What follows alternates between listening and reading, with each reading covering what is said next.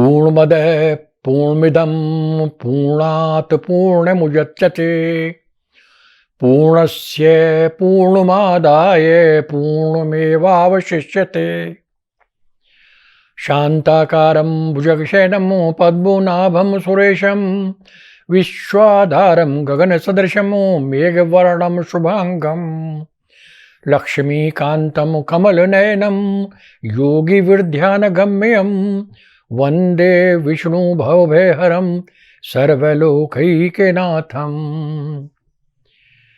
श्रीमद्भगवद गीता। गीता सुगीता कर्तव्या किमन्यै शास्त्रविस्तरै या स्वयं पद्मनाभस्य मुखपद्मादविनिसृता।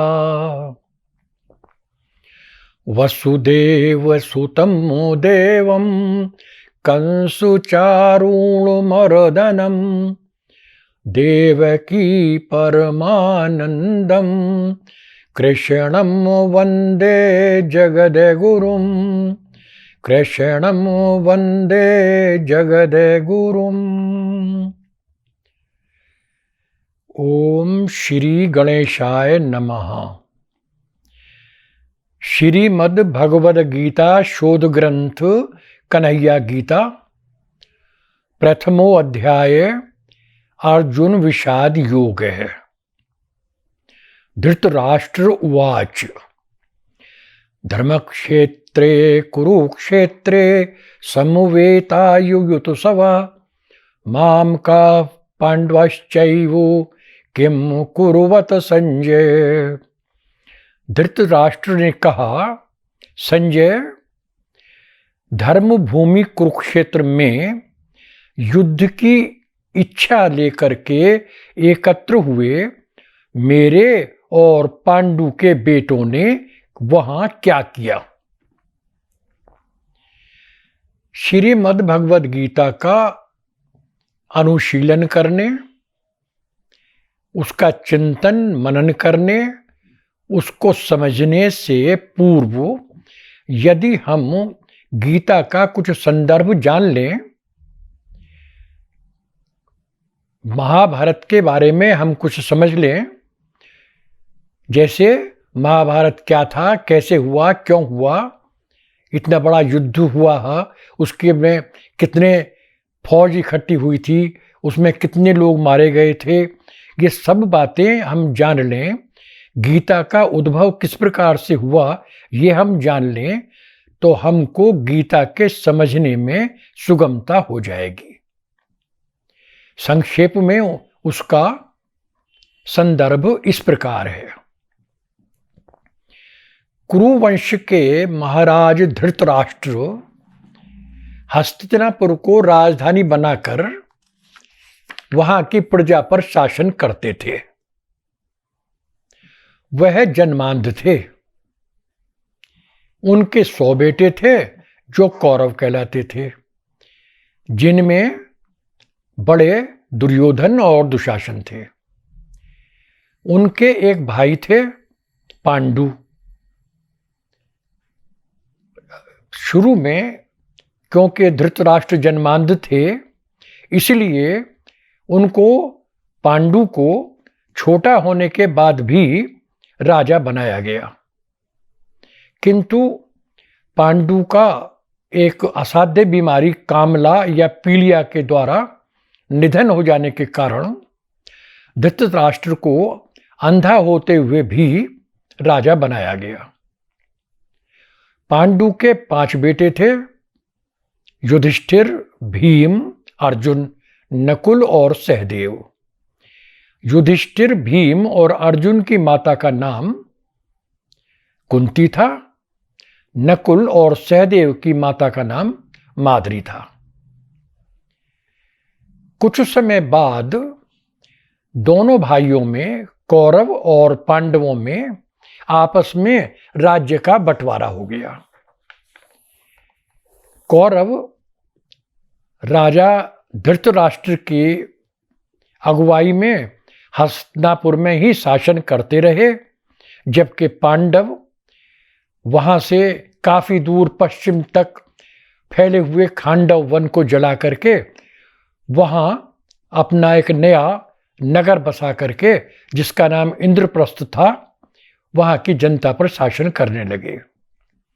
यही इंद्रप्रस्थ बाद में आज का दिल्ली कहलाया। दोनों भाइयों में आपस में बहुत प्रेम था, बहुत अच्छे संबंध थे, मैत्री थी, मैत्री थी, बंधुत्व था, परस्पर सहयोग था, एक दूसरे के सुख दुख में आना जाना होता था। इस प्रकार से सब कुछ ठीक ठाक चल रहा था।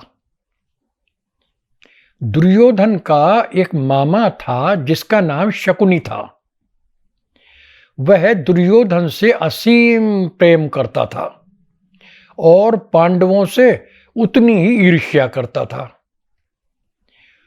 उससे पांडवों का ये असीम ऐश्वर्य, समृद्धि आदि देखा नहीं जाता था और उसके मन में षड्यंत्र चलते रहते थे कि किस प्रकार से मैं पांडवों को अपने रूप से हराकर इनकी सारी संपत्ति, धन, वैभव और राज्य भी अपने भांजे दुर्योधन को दिला दूं।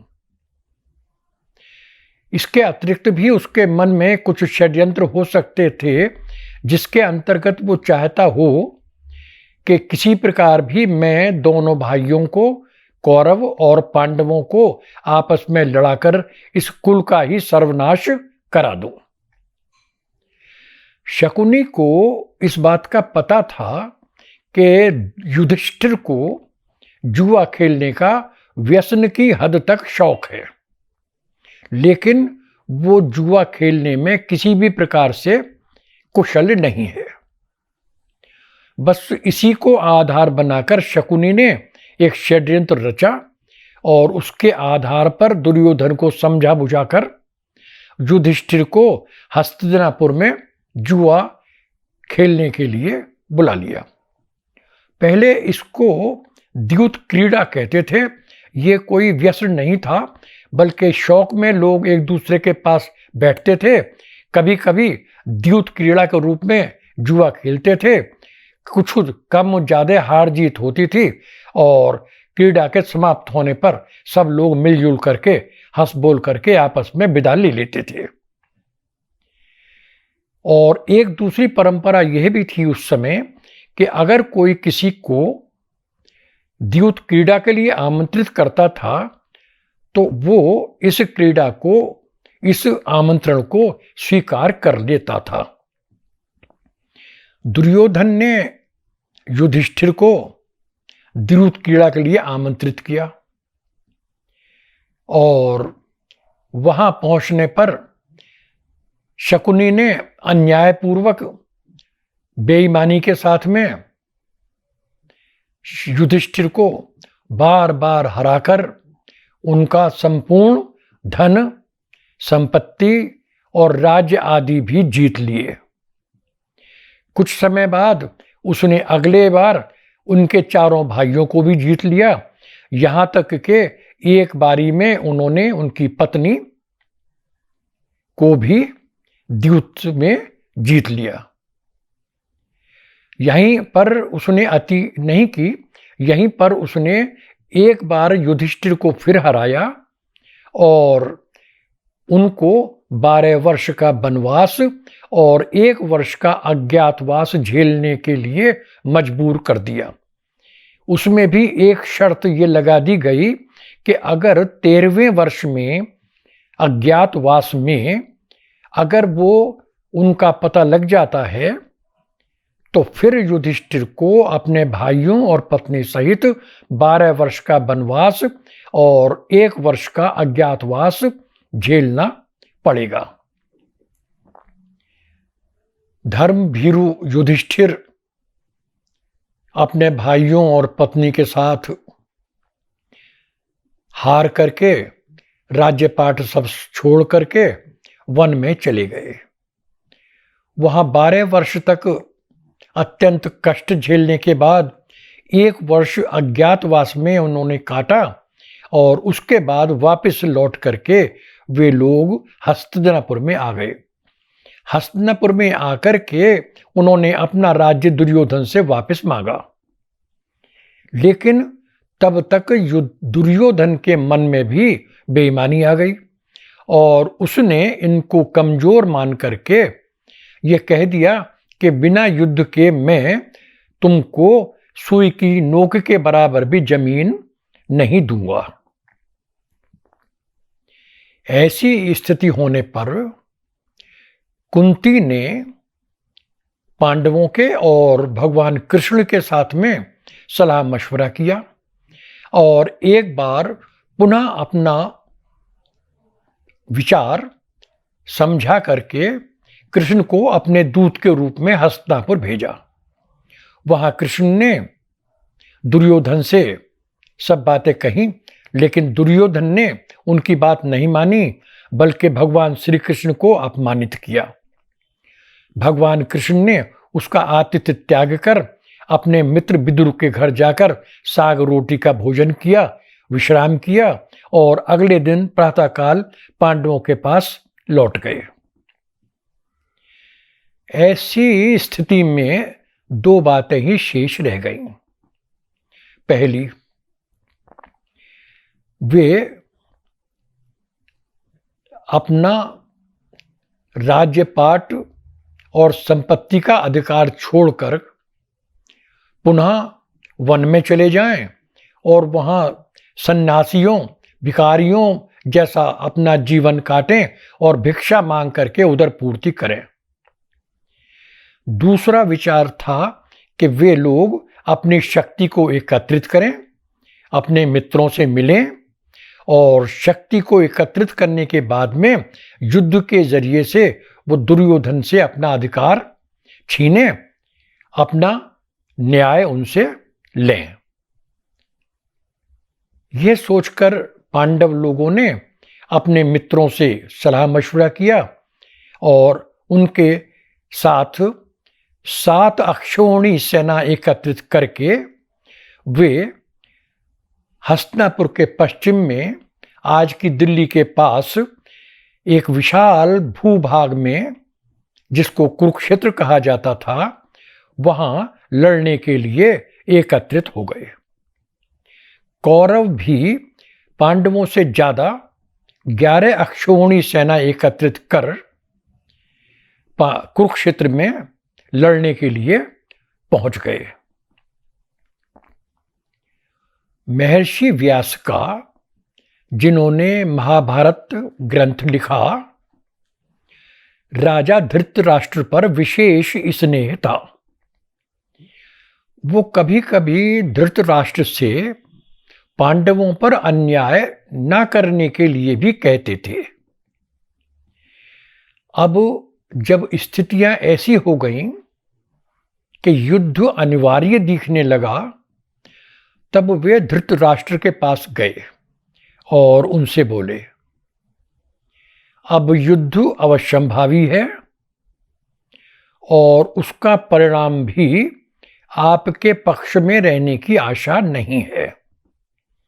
फिर भी अगर आप चाहें तो मैं आपको ऐसी दृष्टि, दिव्य दृष्टि दे सकता हूं जिससे कि आप यहीं बैठे बैठे युद्ध क्षेत्र में होने वाली संपूर्ण बातों को स्वयं ही देख सकें। राजा धृतराष्ट्र को अपने अंत समय में अपने कुल का नाश देखने में अरुचि हुई और उन्होंने महर्षि वेदव्यास से वह दिव्य दृष्टि की शक्ति अपने सचिव संजय को दिला दी। संजय उस शक्ति को पाकर संपूर्ण चीजों को और विशाल रूप में देखने लगे। किसी भी स्थान को वे स्वयं देख सकते थे। कुरुक्षेत्र के में स्थित फौज के युद्ध के अलावा वे वहां के किसी भी आदमी के मन में आई हुई मनोभावना को भी समझ सकते थे। इसके साथ ही उनको संसार की जितनी भी घटनाएं थीं, उनके स्थान और उनसे संबंधित संपूर्ण विवरण भी ज्ञात हो गए। राजा धृतराष्ट्र संजय को प्राप्त इस दिव्य दृष्टि का लाभ उठाकर उससे अक्सर विश्व के बारे में भौगोलिक और उसकी ऐतिहासिक जानकारी लेते रहते थे। निश्चित समय पर कौरव और पांडवों के बीच में युद्ध शुरू हुआ। 10 दिन तक संजय युद्ध भूमि में रहे, ऐसा कहा जाता है। उसके बाद वे हस्तिनापुर आए और वहां आकर उन्होंने राजा धृतराष्ट्र को वहां की सब हालत सुनाई। 10वें दिन भीष्म पितामह, जो उनके सेनापति थे, वह गिर गए शरशैया पर। यह बात उन्होंने धृतराष्ट्र को बताई। ये जो मैंने आपको संपूर्ण विवरण बताया है, यह महाभारत नाम के ग्रंथ का, जिसका वास्तविक नाम जय है, जो महर्षि वेद व्यास जी ने लिखा है, इसके भीष्म पर्व के 24वें अध्याय तक का है। 25वें अध्याय से 42वें अध्याय तक की जो घटनाएं हैं, जो इसके श्लोक हैं, उनका एक अलग संकलन भी बनाया गया है। इन 18 अध्यायों के अलग संकलन का नाम ही श्रीमद् भगवद गीता है, जो भारतीय दर्शन और अध्यात्म के सर्वश्रेष्ठ ग्रंथ के रूप में भारत ही नहीं, विश्व में एक विशेष स्थान रखता है। भीष्म पर्व का 25वां अध्याय श्रीमद् भगवद गीता का प्रथम अध्याय है, और ये श्लोक जो मैंने अभी आपको शुरू में पढ़ा, ये उसका प्रथम श्लोक है। और महाभारत में ये जो कथा है, ये वैशंपायन ने सुनाई है राजा जन्मेजय को। उस कथा के अंतर्गत धृतराष्ट्र और संजय का संवाद बताया गया है। श्री हरि गीता के अनुसार, रणलाल सा से धर्म भू कुरुक्षेत्र में एकत्र हो, मेरे सुतों ने पांडवों ने क्या किया संजय कहो। राजस्थान में एक प्रसिद्ध कवि हुए हैं श्री विमलेश जी। उन्होंने भी श्रीमद् भगवद गीता का राजस्थानी भाषा में अनुवाद किया है। उनके अनुसार, कुरुक्षेत्र की धर्म भूमि पर लड़वा खातर जोश भरया, संजय मेरा और पांडु का बेटा के कर्म करया, बेटा के कर्म करया। सन 1940 में एक श्री हबीब के नाम से एक शायर हुए हैं कराची में। उन्होंने भी श्रीमद् भगवद गीता का उर्दू में पद्य अनुवाद किया था। उनके हिसाब से देखें तो कुरुक्षेत्र की धर्म भूमि में, कुरुक्षेत्र की धर्म भूमि पे जब मेरे पांडवों से मेरे लाल सब, कुरुक्षेत्र की धर्म भूमि पे जब मिले पांडवों से मेरे लाल सब, लड़ाई का दिल में समाये ख्याल, तो संजय बता उनका सब हाल चाल। चलते चलते एक अनुवाद इस प्रथम श्लोक का और देख लीजिए। धर्म भूमि शुचि कुरुक्षेत्र में, धर्म भूमि शुचि कुरुक्षेत्र में, युद्ध कामना से एकत्र, संजय कहो किया क्या मेरे और पांडुपुत्रों ने तत्र। प्रथम श्लोक में ही धर्म क्षेत्रे कुरुक्षेत्रे शब्द आया है। हमारा ये संदर्भ तब तक पूरा नहीं हो पाएगा जब तक कि हम कुरुक्षेत्र के विषय में ना जान लें और उसको धर्म क्षेत्र क्यों कहते हैं ये ना जान लें। धर्म क्षेत्रे कुरुक्षेत्रे पश्चिमी उत्तर प्रदेश में हस्तिनापुर से दिल्ली की ओर जाने वाला दिल्ली के पास का बहुत बड़ा विशाल भूभाग कुरुक्षेत्र कहलाता है। इसी स्थान पर कौरवों और पांडवों का युद्ध हुआ था, जिसे महाभारत का युद्ध कहते हैं। और कुछ इसकी इसी स्थान पर स्थिति प्राचीन शास्त्रों आदि में भी बतलाई गई है। वर्तमान में यह हरियाणा प्रदेश का एक तीर्थ है। इसको हरियाणा सरकार ने विशेष रूप से पर्यटन स्थल का दर्जा भी दिया हुआ है।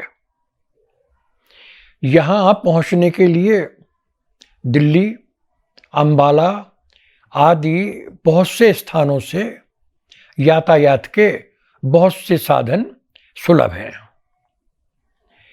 और यहाँ की जो स्थिति थी वह भारत के पूर्व प्रधानमंत्री श्री गुलजारीलाल नंदा के द्वारा इसका जीर्णोद्धार कराने से हुई थी।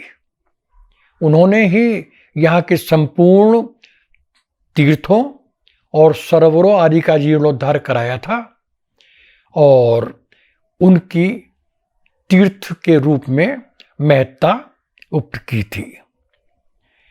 और यहाँ का एक जो मुख्य सरोवर है उसका नाम ब्रह्म सरोवर है। ये बहुत विशाल है और कई हजार वर्ग मीटर में ये फैला हुआ है। इसमें शुद्ध जल भरने के लिए और अशुद्ध जल की निकासी के लिए इसका संबंध एक नहर से कर दिया गया है,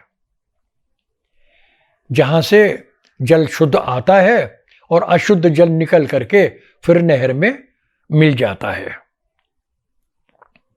और यहाँ के आने वाले स्नानार्थियों की सुख सुविधा के लिए, उनके वस्त्र बदलने के लिए, उनके विश्राम करने के लिए ब्रह्म सरोवर के चारों ओर बहुत चौड़े चौड़े बरांडे बने हुए हैं।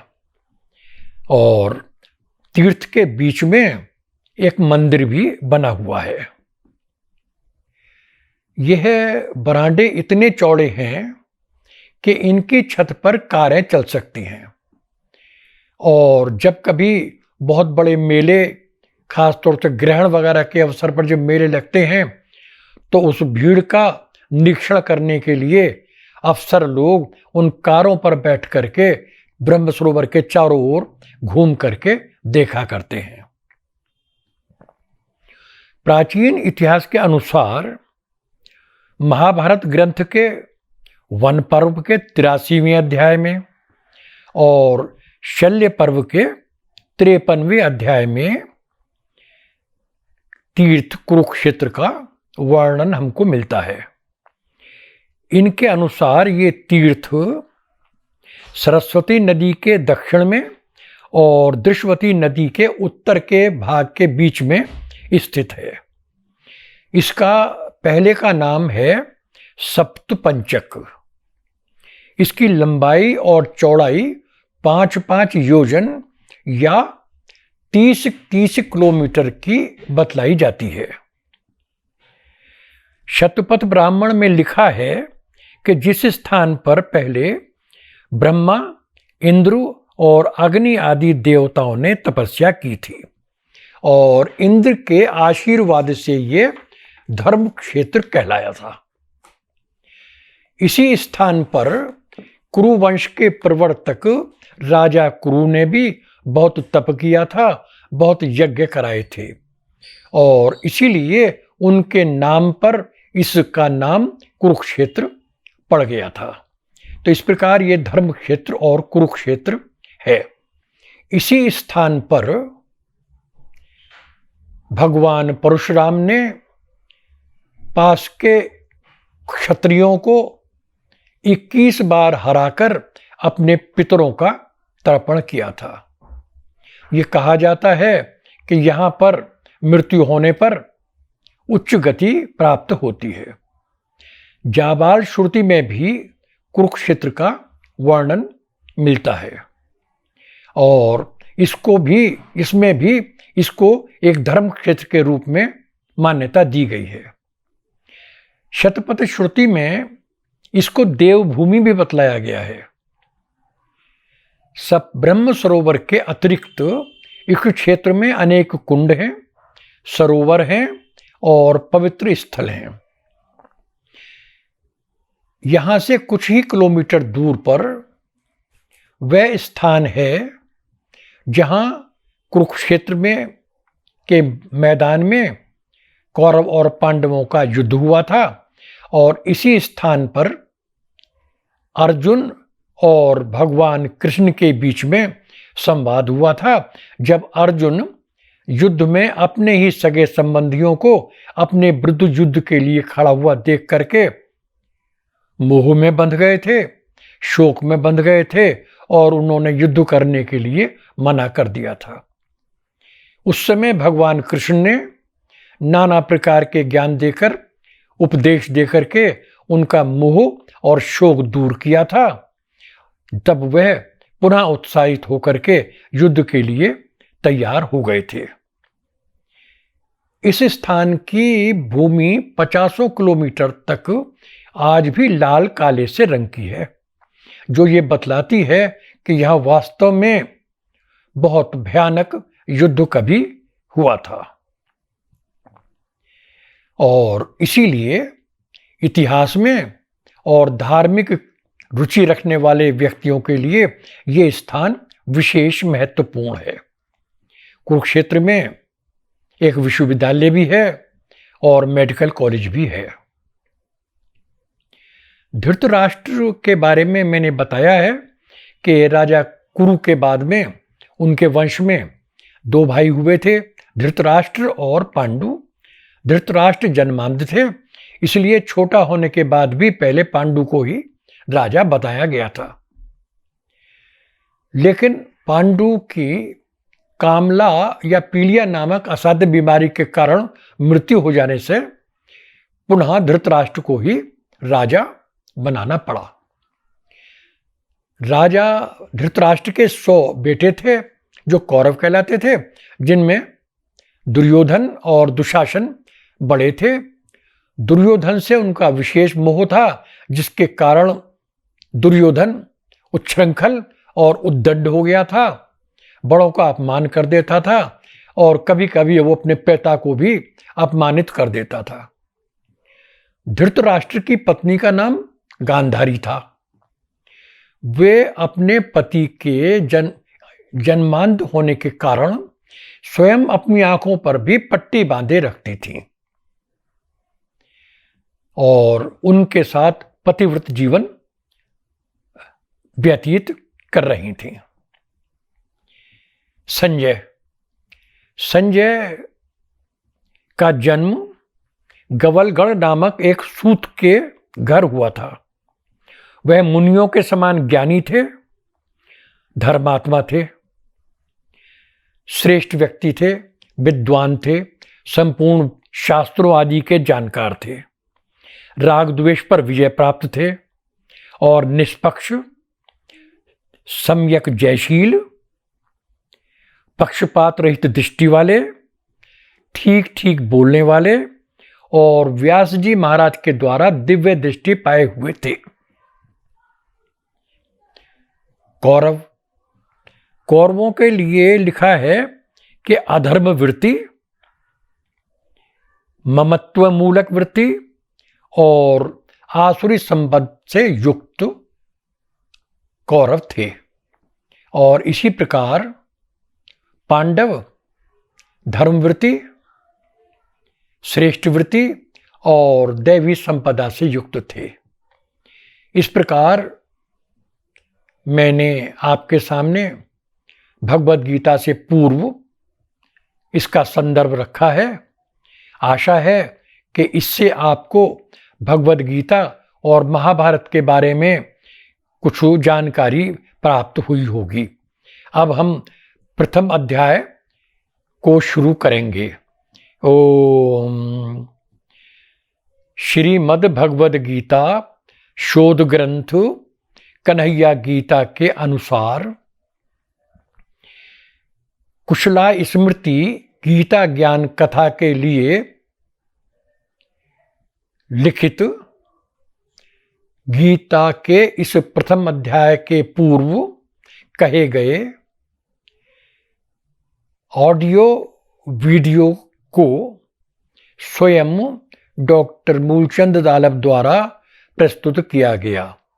7906504518। ओम हरि ओम तत्सत। हरि ओम तत्सत। हरि ओम तत्सत।